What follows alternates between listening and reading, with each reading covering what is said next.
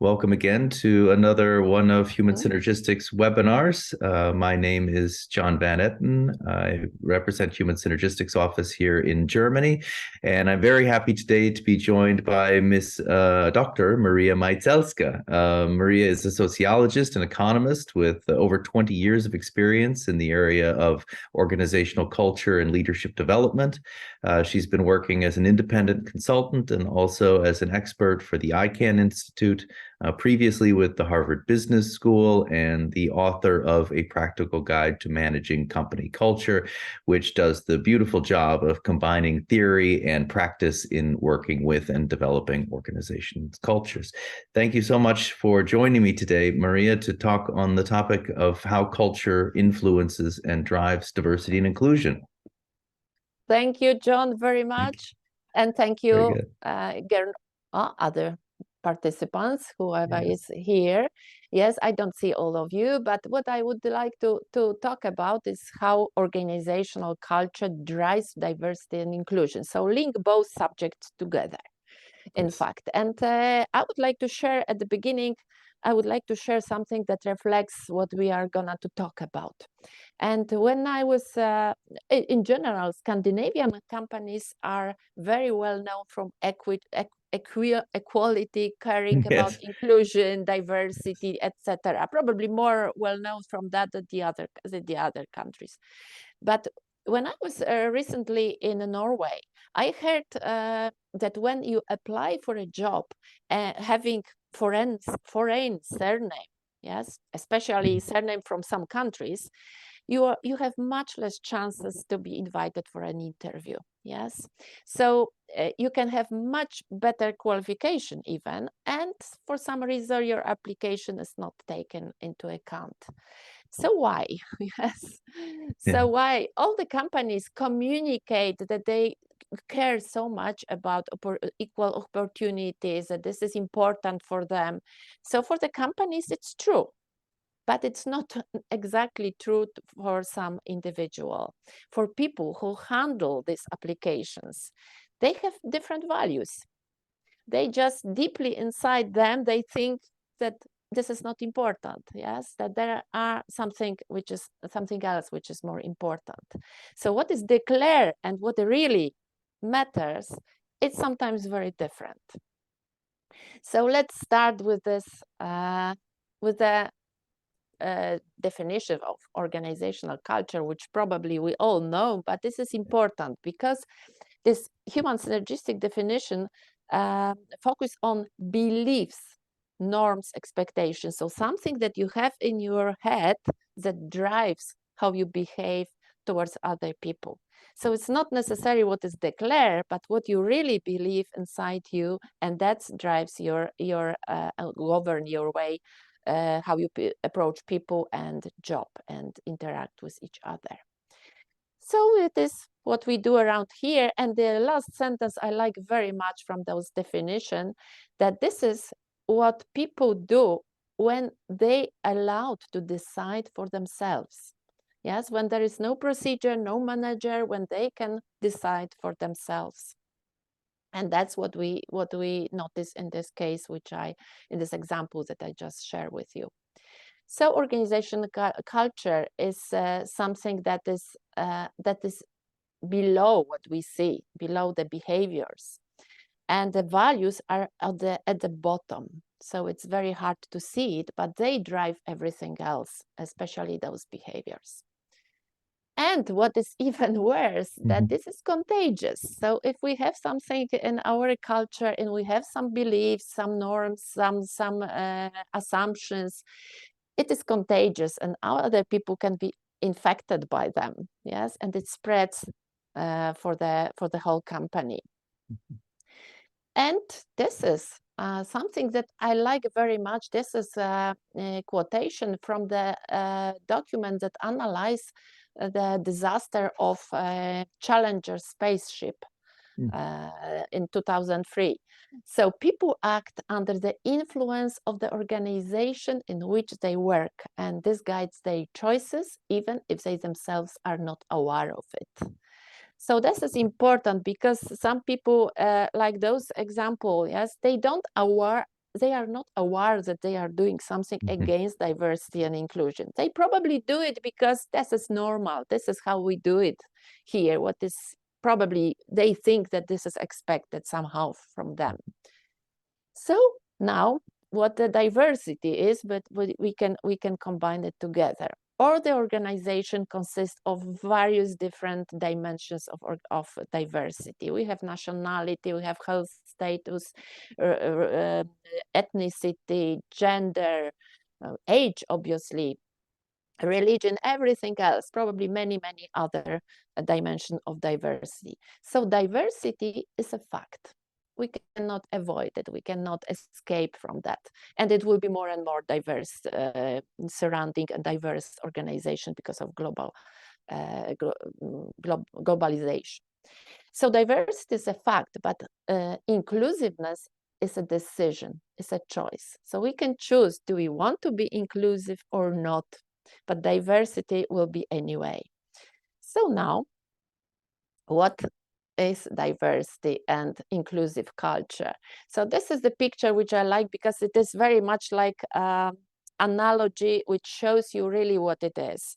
Diversity are those ingredients, and they by individually they don't create anything very special, but we can, through inclusive culture, we can create something really special, something much more than it was just adding all those ingredients. We can create through inclusive culture. So why diversity is a competitive advantage? Because we have to know really that it's important to fight for that.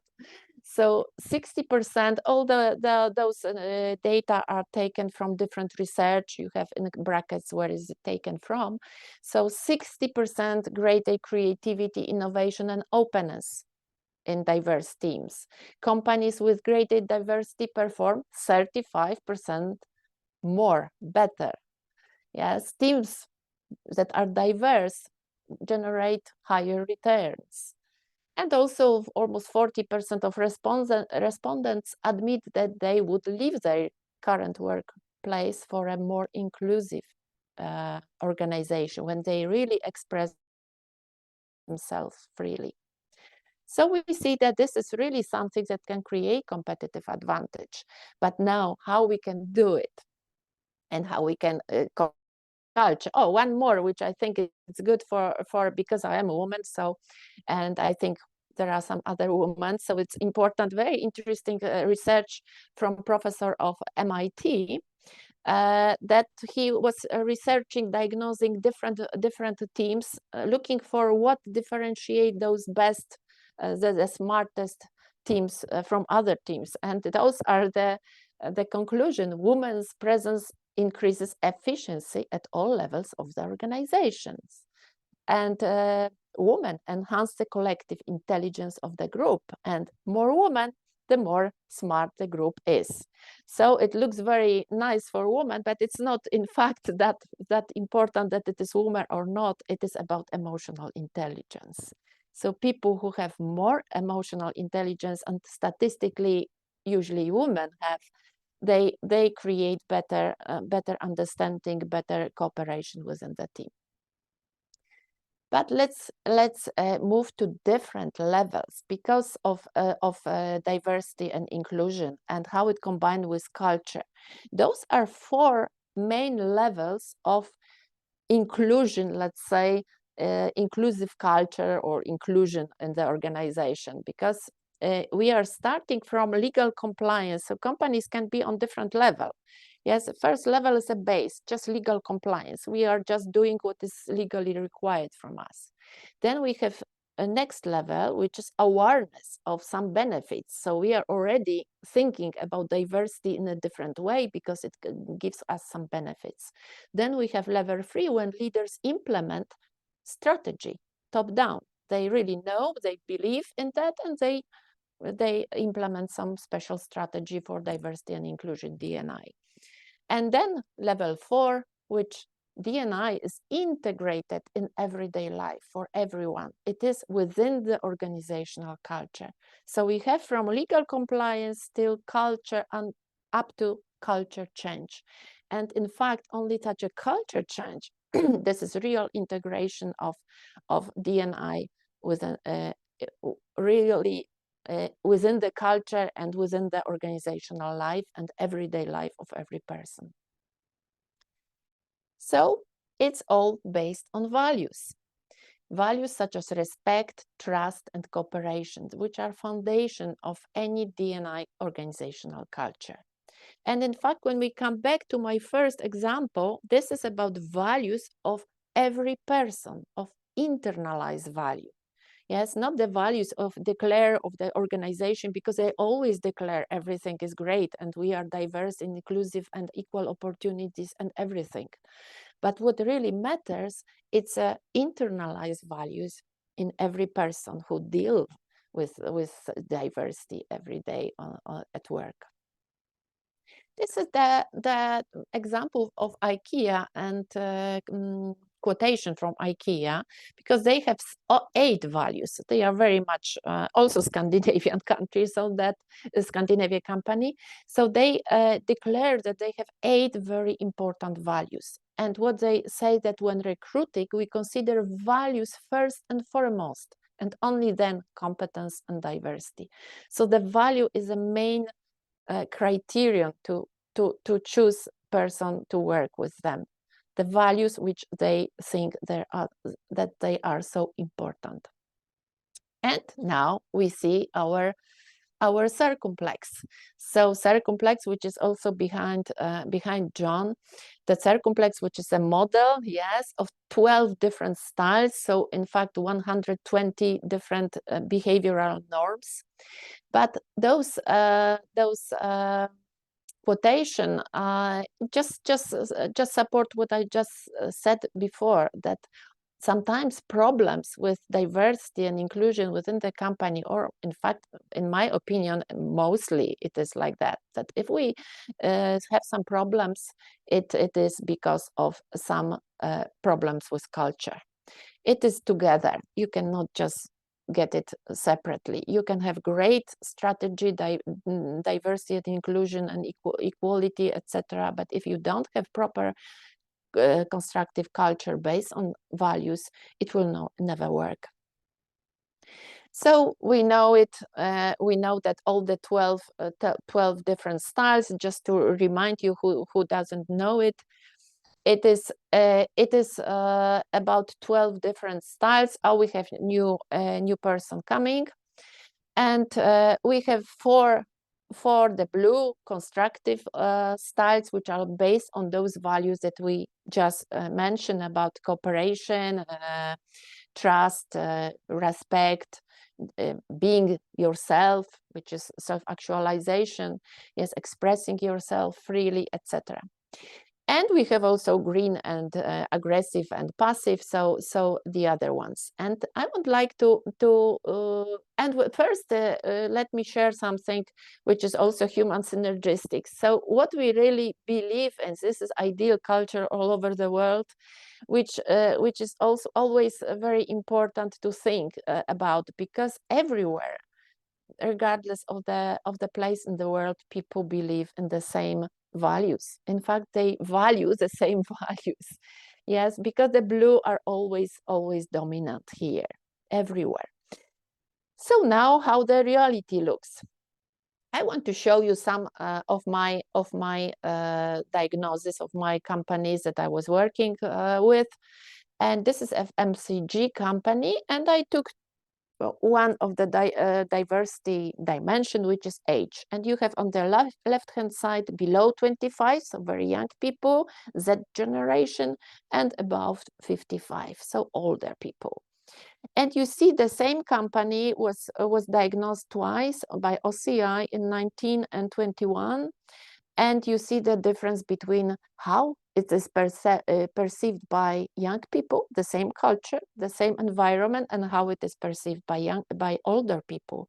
So you can see immediately that this culture is not the culture which is right for the young people. They don't feel really included as they should. So there's some problem with young people below 25. We have to somehow find a way to include them and to make them see the culture really constructively, because so far they are not. And with the age, we have here as well two other example. You can see, because before it wasn't very constructive, but on the left, this is a constructive culture. This is the general OCI picture on the left. So this is according to all employees, and this is generally constructive culture. And according to employees below 25, it is even more constructive. So it means that this company is probably very much right for the young people, but maybe less for the older people. We don't know, but probably it is like that. But for the young people, this is great company. On the right-hand side, we have not constructive culture for according to all employees, but according to young employees, it's even more or less constructive or more defensive than the whole organization. So it looks like sometimes they are more extreme in their opinions about culture, the young people. But in general, we know that they are very sensitive to culture. I don't know if we have like a statistical proof for that, but there are a lot of articles about it that really young people, this young generation is more sensitive to culture. They are much more like they see good culture as really companies that they can work for, but if culture is not right, they just leave. When for older people, it's not like that. They can say, okay, it's maybe not the best, but I can stay where I am. Yes, because they pay me, let's say, but for younger people, not. So this is the future of organization because they are coming to our organization now. This is another difference, gender difference. You can see here major consulting company, one of the top 4, and we have women and men. Yes, and how they see it, and you can see the difference. Women, generally, this culture is more like aggressive, I would say, probably, but this is also kind of male culture. Because the men think that the culture is, as you see on the right hand side, is more humanistic, more affiliative. But for women, is less affiliation, less relationship, much more competitive and much more power based. So they don't like it. Probably that's why they perceive it as more aggressive culture than men. And now, question that we should ask ourselves in every company before we start to think about the culture. So if we want to have diverse and inclusive, or diverse we have anywhere, but inclusive environment and inclusive culture, it is good to ask those 4 questions. Do I have an accurate picture of diversity? Do I really know, yes, what are the diversity dimensions? Do I know which dimension of diversity needs special attention? In my case, as I show you, it was young people or women, for example. Do I know which areas of diversity are the most problematic? So they seem to generate the most inequality. Do I know which groups of workers have the lowest rate of engagement, belonging, or well-being? Those questions are very important because we can add them to organizational culture diagnosis. So just like summarizing everything, and I will ask John, who can share how we can use also some diagnosis to add to organizational culture inventory to see the diversity and inclusion and how the culture impacts diversity and inclusion. So summarizing, problems with diversity and inclusivity are usually a problem with organizational culture. Culture of diversity is a culture based of internalized values. In fact, the culture of inclusiveness is a culture based of internalized values, not just declared values. There is no inclusion without constructive culture. Often the best way to create inclusive organization is to change the culture, or at least diagnose it and see if the culture is not the main problem. So from my side, thank you very much. And I would handle now the presentation to John, who can add from the point of view of diagnosis and what we can do more to create more inclusive culture in organization. Thank you. Thank you so much, Maria. Fantastic insights.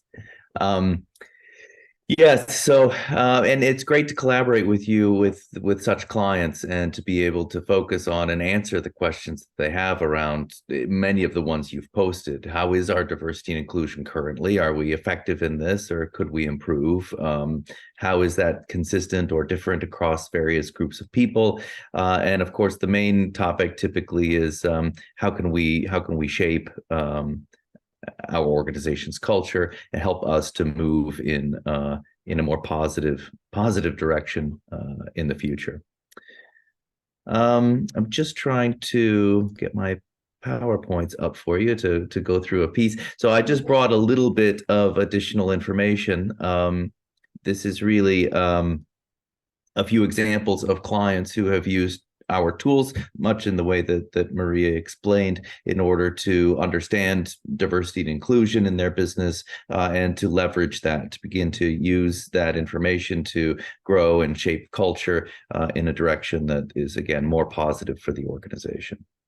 So just a few slides, not to be redundant. I also had a quick definition of what are we talking about in terms of diversity and inclusion. I very much liked your explanation, Maria, really around, diversity being all the different perspectives and viewpoints and so on that we have in our business. Inclusion is really the extent to which we're able to draw upon that input, help people to feel that they are included, are heard, can contribute, whether we're really getting all of those resources out of our people. It's really always fascinating to me how much time and effort organizations spend in, for example, finding and hiring and training the right people. But then the question is, are we really getting everything out of those people? Are we able to leverage all of their ideas? Are we really hearing their perspectives? Or are they holding back? Are we getting everything we could be getting out of our people? And that's a lot of the reason that I think diversity and inclusion is such a powerful performance criteria for businesses. We see this in teams and groups as well, that a lot of what drives the ability of teams to make highly effective decisions and solve problems effectively is whether they're able to get and recognize good ideas and perspectives from all of their members. The more people provide their good ideas and contribute their points of view, the more capable the team and ultimately organization is to draw upon those resources and use them. So what we're getting out of our people, I think, is a very relevant question. By the way, Human Synergistics has been looking at this topic, diversity and inclusion, for decades across organizations globally. I went to the US website and just typed in the search diversity and inclusion. I think I found about 8 or 10 different articles on giving examples of how this is done, research examples, and so on. So please have a look if you're curious at our website. You'll find a lot more information there.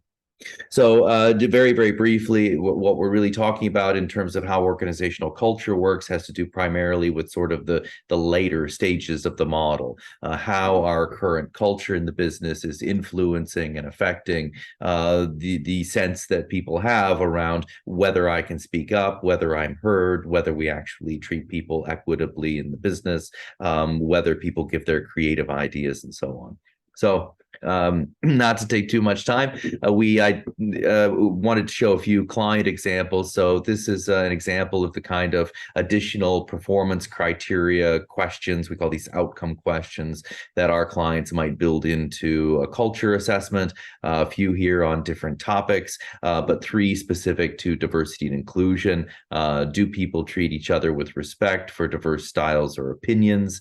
Does the company encourage an environment where people value differences, aspects of diversity, including gender, ethnicity, nationality, and so on. Some of those points we brought up in Maria's presentation as well.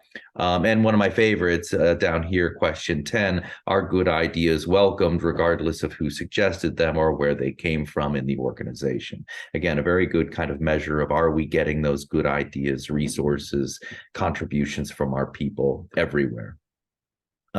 So one of the things we can do, of course, is not only ask those questions of your people and show this across hierarchies and locations and all sorts of things, but we can also run correlation analyses between that kind of performance and culture to understand the relationship between the two. So this is the kind of correlation matrix we give to clients. I know it's lots of detail, but just to point out the 3 questions we're primarily focused on, and then I've sort of put in bold the sort of the shorthand annotation that we also use in our OCI reports to show these correlations. What we're finding is very, very strong relationships between, in this client's data, between, and this is a large data set, by the way, we've got 1,700 participants in this set. What we're looking at is that relationship between culture and the responses people gave to those 3 items around diversity and inclusion. Firstly, that's an extremely strong and consistent relationship, and then we can understand more about it as we look at this. A little hard to see, but for all of the blue styles, those are the constructive patterns on the human synergistics model. We're seeing very strong, consistent, positive correlations. That is saying that as your people within your business describe an increasingly constructive culture as being what they experience, they respond much more positively and consistently more positively to these 3 questions.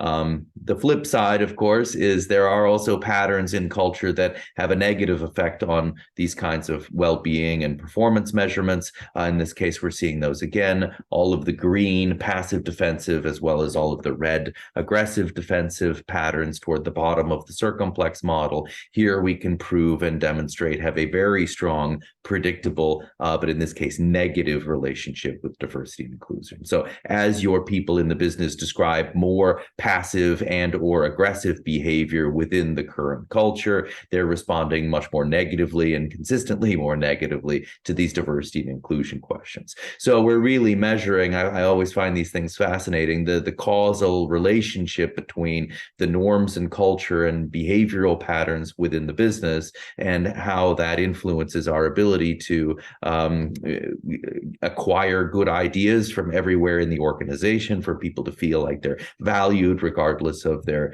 demographics and so on.